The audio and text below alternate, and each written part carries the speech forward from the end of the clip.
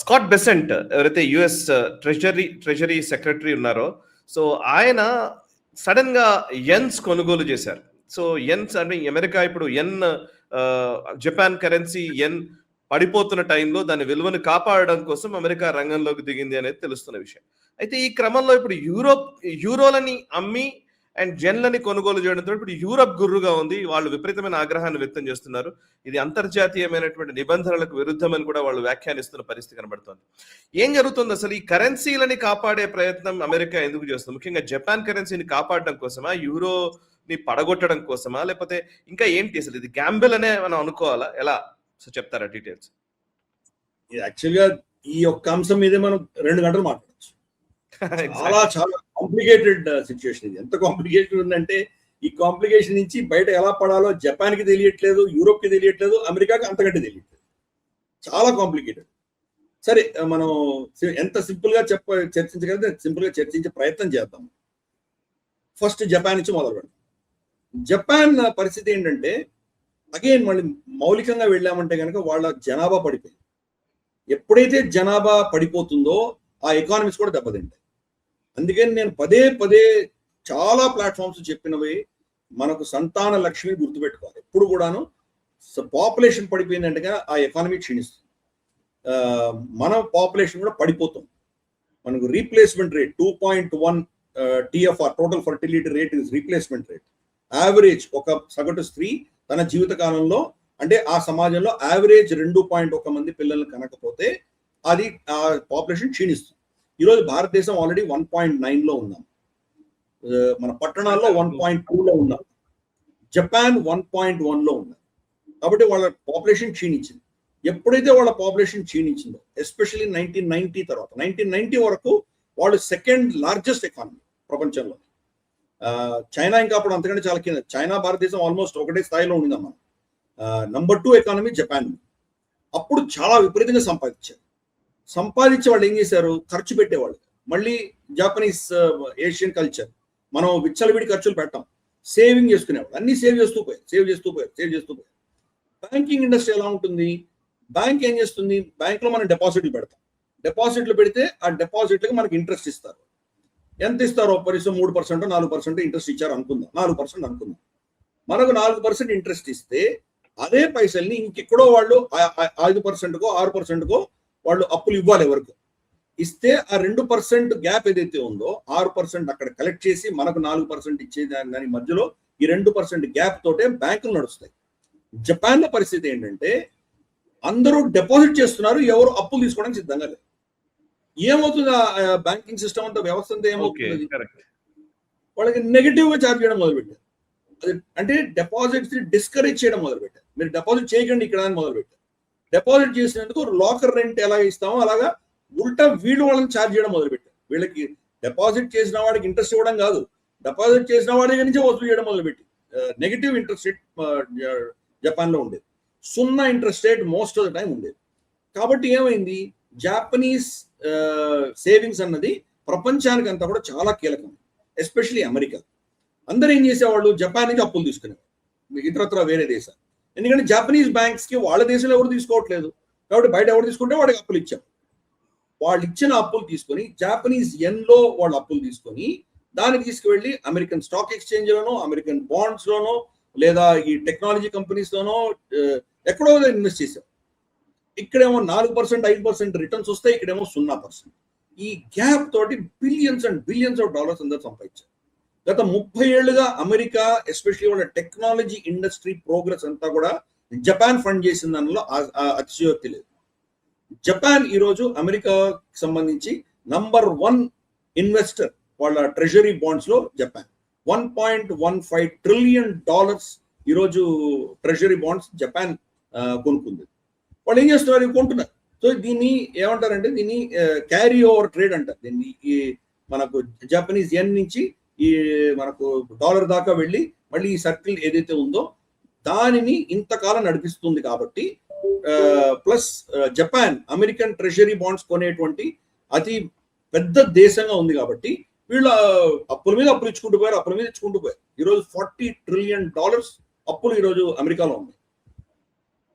ఎంతకాలం నడుస్తుంది? దానికి కూడా ఒక లిమిట్ ఉంటుంది కదా. ఇప్పుడు ఏమైంది, ఈ గల్ఫ్ యుద్ధం వచ్చేసరికి జపాన్ లో 97% వాళ్ళ ఎనర్జీ నీడ్స్ అన్ని కూడా గల్ఫ్ నుంచి వస్తాయి, పర్షియన్ గల్ఫ్ నుంచి వస్తాయి. ఎప్పుడైతే ధర పెరిగిపోయి $100 పైచీలకు పెట్రోల్ ధరలు వచ్చేసినాయో వాళ్లకు డాలర్లు అవసరం వచ్చింది. ఎందుకు డాలర్లు కొనుక్కుంటే కానీ వాళ్ళు చమురు కొనలేనటువంటి పరిస్థితి. వీళ్ళ ఒక సైడ్ ఏమో డిపాజిట్లు పెట్టి ఇంకో సైడ్ డాలర్లు కొనుక్కునే పరిస్థితి వచ్చింది. డాలర్లు కొనుక్కుంటే ఏమవుతుంది, ఎన్ పడిపోతుంది. ఎలాగైతే మన రూపాయి విలువ కూడా పడిపోయింది కదా. డాలర్లు ఏ కరెన్సీ కొంటామో కొంటున్నటువంటి కరెన్సీ యొక్క విలువ పడిపోతుంది. దేని అవసరం ఉందో దానికి విలువ పెరుగుతుంది. డాలర్ విలువ పెరిగే కొద్దీ ఎన్ పడిపోయింది. 110 ఎన్ ఒక డాలర్ కి ఉన్నటువంటి రేట్ కాస్త 165 పడిపోయింది. 165 పడిపోతే ఈ ఇన్వెస్టర్స్ ఎవరైతే ఉన్నారో వాళ్ళందరూ కూడాను మళ్ళీ వాళ్ళ డాలర్ ఇన్వెస్ట్మెంట్స్ అమ్మేసుకుని వాళ్ళు జపాన్ లో ఇవ్వవలసిన పరిస్థితి వస్తుంది. ఎందుకు, దీని ఎన్ని స్టెబిలైజ్ చేయడానికి జపాన్ ఏం చేయాలి, వాళ్ళకు ఉన్నటువంటి $1.15 ట్రిలియన్ ని అమ్మేసుకుని దాంట్లో కొంత అమ్మేసుకుని వాళ్ళ కరెన్సీని ప్రాపప్ చేయాలి, దాన్ని విలువ పెంచాలి. అదొకటి. వాళ్ళు ఏదైతే ఇష్యూ చేస్తున్నారో బాండ్స్, జపాన్ ఇష్యూ చేస్తున్న బాండ్స్ ఏవైతే ఉన్నాయో దాని ఇంట్రెస్ట్ రేట్ 0% నుంచి పైకి పెంచాలి. అమెరికాలో ఈరోజు ఆల్మోస్ట్ 30 ఇయర్ బాండ్స్ వచ్చేసి 5.3% వెళ్ళిపోయింది. ఆల్మోస్ట్ 25 ఏళ్ల తర్వాత అంత పెద్ద రేట్ ఈరోజు అమెరికాలో చూస్తుంది. 10 ఇయర్ ఈల్డ్స్ కూడా 4.76 వెళ్ళిపోయాయి. అంటే ఈల్డ్ అంటే ఏం లేదు, ఇంట్రెస్ట్ రేట్ 4.76 ఇంట్రెస్ట్ రేట్ ఉంది. ఇప్పుడు జపాన్ కూడా ఇంక్రీజ్ చేస్తూ పోయిందంటే ఏమవుతుంది, Japan will become attractive. America నుంచి విత్డ్రా చేసి జపాన్ వేయడం మొదలు పెడతారు. అప్పుడు ఏమవుతుంది, జపాన్ స్టెబిలైజ్ చేయొచ్చు, వాళ్ళ కరెన్సీని స్టెబిలైజ్ చేయొచ్చు. కానీ వాళ్ళ అప్పుల భారం పెరుగుతుంది, వాళ్ళు ఇంట్రెస్ట్ కట్టుకునే భారం పెరుగుతుంది. ఇప్పుడు 0 ఇంట్రెస్ట్, వాళ్ళు ఇంట్రెస్ట్ ఇవ్వక్కర్లేదు, రేపు ఇంట్రెస్ట్ ఇవ్వడం మొదలు పెట్టారు. ఆల్రెడీ 1%కి వచ్చింది ఈరోజు జాపనీస్ బాండ్స్ యొక్క ఈల్డ్. రేపు దాన్ని 2%, 2.5% చేస్తే పానిక్, అందరూ డాలర్లు డంప్ చేసి అటు వెళ్ళిపోతారు, ఎన్ దగ్గరికి వెళ్తారు. టెంపరీగా ఎన్ స్టెబిలైజ్ అవుతుంది. కానీ నెక్స్ట్ ఏమవుతుంది, వాళ్ళ ఇంట్రెస్ట్ బర్డెన్ పెరిగిపోతుంది. ఈరోజు ప్రపంచంలోని G20 దేశాలలో అందరికంటే ఎక్కువ అప్పులు ఉన్నటువంటి దేశం జపాన్. ₹100 ఆదాయం ఉంటే ₹230 అప్పులు ఉన్నాయి. 230% డెట్ ఉంది. అమెరికాలో 125%, ఈరోజు జపాన్ లో 230% డెట్ ఉంది. సో ఈ 230% డెట్ ఏదైతే ఉందో అది ఇంకా పెరిగిపోతుంది. ఇంట్రెస్ట్ రేట్ పెరిగిందంటే ఇంకా పెరిగిపోతుంది. దాన్ని ఎలా మేనేజ్ చేయాలి వాళ్ళు? ఒకటి. 2, పెట్రోల్ కొనుక్కోవాల్సి వస్తుంది బయట నుంచి, చాలా ఖర్చుతో కూడినటువంటి పెట్రోల్ కొనిసి వాళ్ళ ఇన్ఫ్లేషన్ రేట్ పెరుగుతుంది. 3, చైనాని ఎదుర్కోవడానికి అని చెప్పేసి సనై టకాషి వచ్చేసి అస్త్రాలు ప్రొడక్షన్ మొదలుపెట్టింది. వాళ్ళ బడ్జెట్ లో ఆల్మోస్ట్ 3%, 3.5% డిఫెన్స్ ఖర్చు పెడతాం. సో ఇది సస్టైనబుల్ మోడల్ కాదు. జపాన్కి ఆప్షనే లేదు. వాళ్ళకు ఉన్నటువంటి అమెరికన్ ట్రెజరీ బాండ్స్ ని అమ్మి ఆ పైసల్ని జపాన్ లో కన్వర్ట్ చేసుకుని తీరాలి వాళ్ళు సస్టైన్ చేయడానికి. ఆ పరిస్థితిని ఆపడానికి స్కాట్ బెసెంట్ మొదలుపెట్టారు.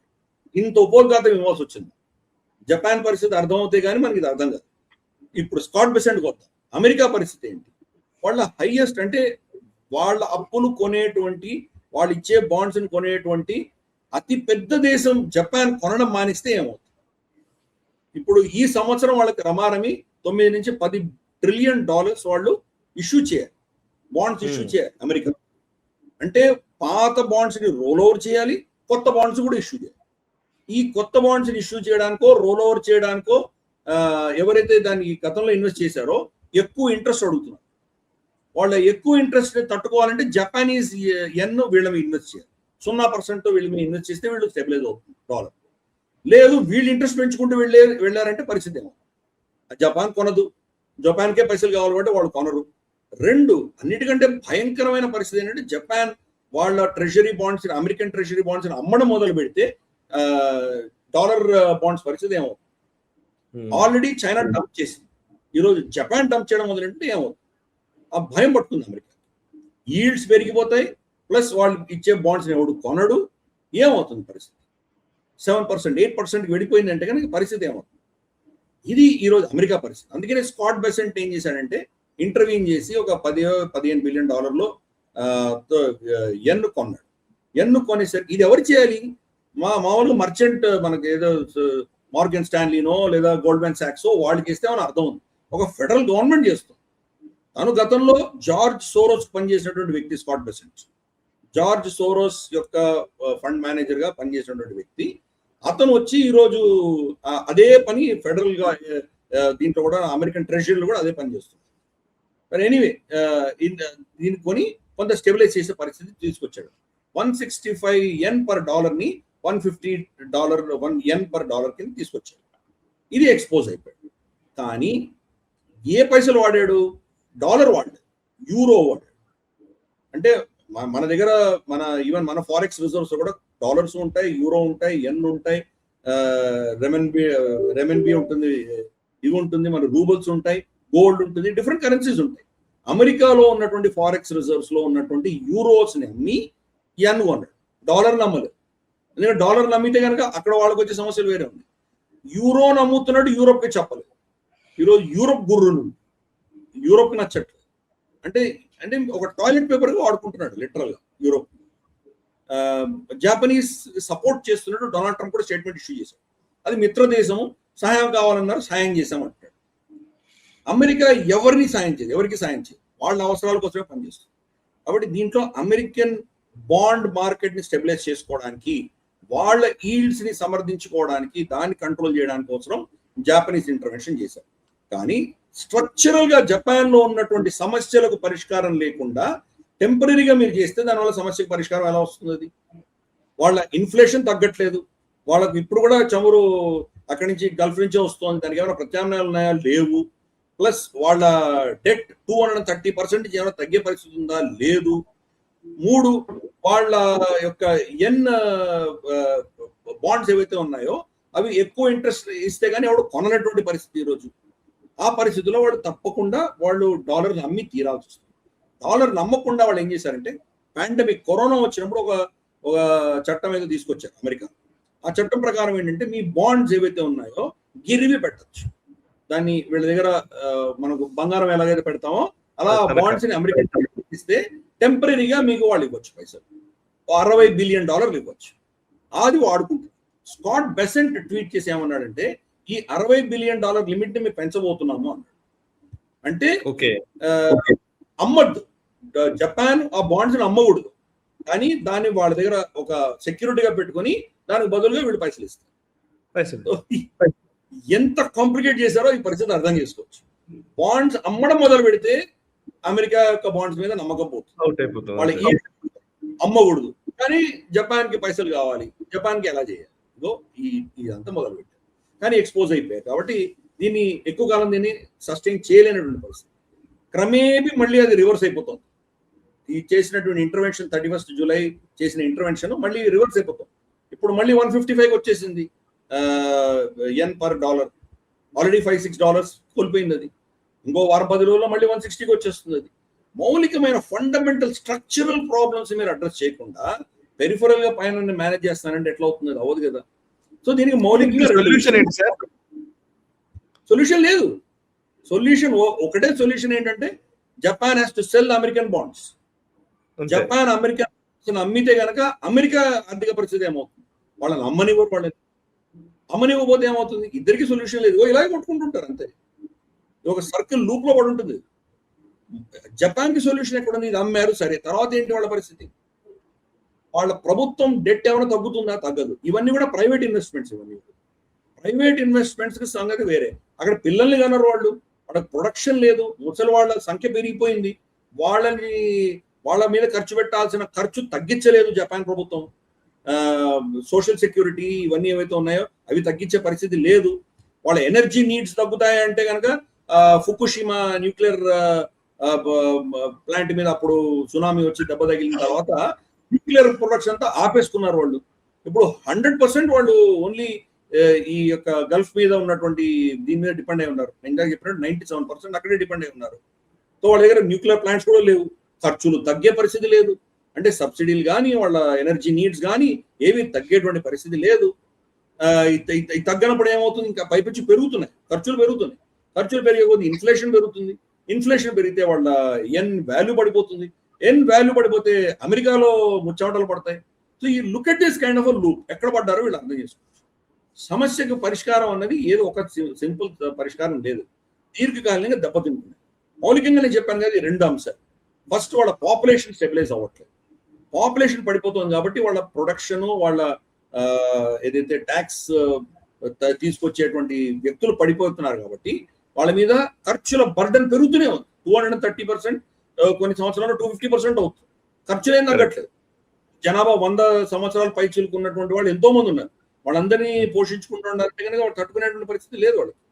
కోర్స్ అది ఒకటి, ఇటువంటి చాలా ఖర్చులు ఉన్నాయి. ప్లస్ డిఫెన్స్ ఖర్చులు పెరుగుతున్నాయి ఇప్పుడు చైనాని ఎదుర్కోవడానికి. ఖర్చులు తగ్గట్లేదు, మీ ఆదాయం రావట్లేదు, ఆదాయం ప్రొడ్యూస్ చేసేటువంటి వ్యక్తులు లేరు. ఈరోజు జపాన్ ఎందుకు పడిపోతుంది? భారతదేశం ఎందుకు జపాన్ ఓవర్టేక్ చేస్తోంది? వాళ్ళు గత 20 సంవత్సరాలుగా అదే లెవెల్లో ఉన్నారు, స్టాగ్నెంట్, అక్కడే ఉన్నారు. వాళ్ళు అక్కడి నుంచి పైకి పోలేదు, కిందికి పోలేదు. మిగతా దేశాలు వచ్చి ఓవర్టేక్ చేస్తున్నాయి. ముందు చైనా ఓవర్టేక్ చేసింది, తర్వాత జర్మనీ ఓవర్టేక్ చేసింది, ఇప్పుడు భారతదేశం ఓవర్టేక్ చేయబోతుంది. వాళ్ళు అక్కడే ఉన్నారు జపాన్. ఎందుకు? ప్రొడక్షన్ లేదు, పిల్లలు లేరు, వాళ్ళకి జనాభా లేదు. ఇటువంటి సమస్య మనకు కూడా వస్తుంది అని ముందరే వార్నింగ్ ఇస్తుంది. రెండు, అఫ్ కోర్స్, గల్ఫ్ యుద్ధంలో. ఈ గల్ఫ్ యుద్ధం రాగానే మొత్తం అతలకుతలమైంది, మొత్తం కుప్పకూలింది. So Donald Trump Benjamin Netanyahu మాట విని ఈ యుద్ధంలోకి చాలా మూర్ఖంగా వెళ్ళాడు. వారం రోజులు అయిపోతుంది అనుకొని వెళ్ళాడు. దీని రిపర్కషన్స్ అన్ని ప్రపంచవ్యాప్తంగా చూస్తున్నాడు. ఈ దేశాలు ఏమైతే నాకేంటి, వాళ్ళని నాశనమైన నాకేం పర్వాలేదు అనుకున్నాడు డొనాల్డ్ ట్రంప్. ఈ రోజు ఒక్క జపాన్ లో వాళ్ళ కరెన్సీ ఒక ఎన్ ఎక్కువ పడిపోయిందంటే వీళ్ళకి ముచ్చమటలు పడతాయి. అమెరికా వాళ్ళు కనుక ఇంట్రెస్ట్ రేట్ 0.25% పెంచితే ఇక్కడ ట్రెజరీ ఈల్డ్ పెరిగిపోతుంది. ఈ సంవత్సరం $10 ట్రిలియన్ ఎవరు కొంటారో వాళ్ళకి అర్థం కావట్లేదు. క్వాంటిటేటివ్ ఈజింగ్ చేసుకొని వాళ్ళే కొనుక్కుంటారా, వాళ్ళ బాండ్లు వాళ్ళే కొనుక్కోవాలా, అర్థం కావట్లేదు. ఆ పరిస్థితిలో ఈరోజు అమెరికా ఉంది. ఆల్రెడీ 30-year బాండ్ ఈల్డ్ వచ్చి 5% దాటిపోయింది, 5.2, 5.3లో ఉంది. ఈవెన్ 10-year ఈల్డ్ కూడా 4.76లో ఉంది. ఈ మర్చెంట్ ఈ బ్యాంకర్స్ అని ఎవరైతే ఉంటారో మనకు ఫండ్ మేనేజర్స్ 10-year బాండ్ మీద ఎక్కువ ఫోకస్ పెడతారు. 4.76 అమెరికాలో 4.76 అంటే ఈ మీద నమ్మకం పోతుంది అని అర్థం అవుతుంది. డొనాల్డ్ ట్రంప్ మీద నమ్మకం పోతుంది. నెక్స్ట్ ట్రాన్స్ వచ్చేసరికి 5% దాటితే పరిస్థితి ఏంటి? బానే ఉంది, 5% ఇస్తున్నారు కదా అని చెప్పి అందరూ వచ్చేసి కొనేసుకుంటారని కూడా గ్యారంటీ లేదు. ఎందుకు? వీళ్ళు మళ్ళీ తిరిగిస్తారో తెలియదు.